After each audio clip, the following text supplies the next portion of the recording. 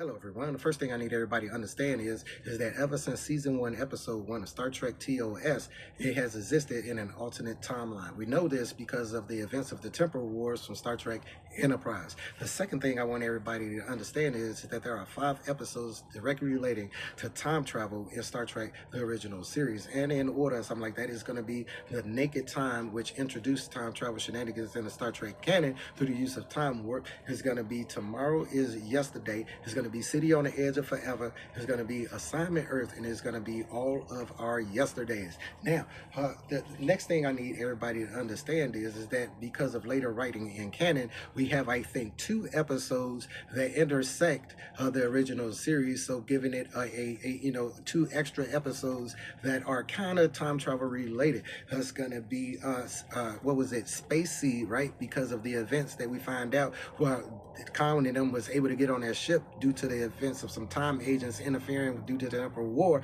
where later Kirk ends up finding it. Now, in Space Seed, yeah, that's one of the subliminal time travel episodes, and from Deep Space Nine, Trials and Tribulations, because they end up going back in time and interfering then. Now, another thing I need everybody to understand about time travel in Star Trek is, especially when it comes to TOS, is that any time that the Enterprise or a person goes back in the past, anytime they appear in the past, they have already ended that timeline, right, and created a new one. Why? Because in the original timeline, that ship or that person, they wasn't there. All right, they matter was not occupying that space time. Now, the next thing I need everybody to understand is that not only because of their presence, anytime they interact with somebody, they beam somebody off of a jet onto the ship.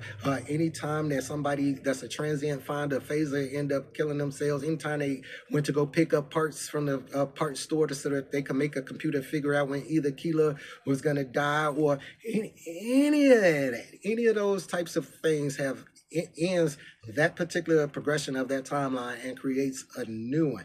Now, I'm gonna try to cover a lot of the other series as far as how many time travel episodes they have in those, what episodes intersect with that particular series from other series and stuff like that. And they're gonna all be pretty simple until we get to Discovery. Oh my God. Next thing, but Trek canon, they always seem to reset things. They always, they put the lieutenant security guard back. They beamed the dude back into the ship. They allow Edith Keeler to die and all that kind of stuff. They always set things back. No.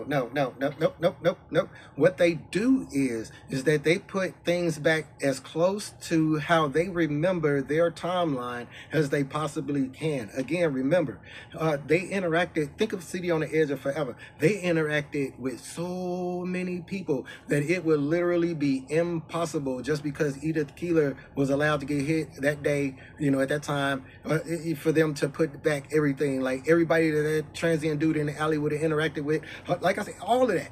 Think about all, just it would be impossible. So the only thing that they can do is try to minimize the damage to such a point to where the Federation still exists, Starfleet still exists, their ship and crew still exists. Most of their memories remain the same, but every time they get back, they have memories that's going to be totally different in some kind of way if you was to measure it against the totality of what was going on before they left.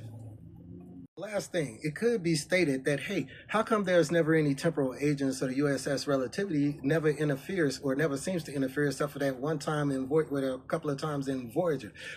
And I'm going to have to only put forth this, 2 thoughts on that. The first thing is, because they're temporal agents and they're able to scan the whole timeline, they can see that, okay, the damage was repaired, or is negligible, is going to be repaired, or they're going to fix it, or we don't have to interfere, or we're going to interfere in such a way that it's not recorded so we don't mess it up anymore and nobody actually knows about it.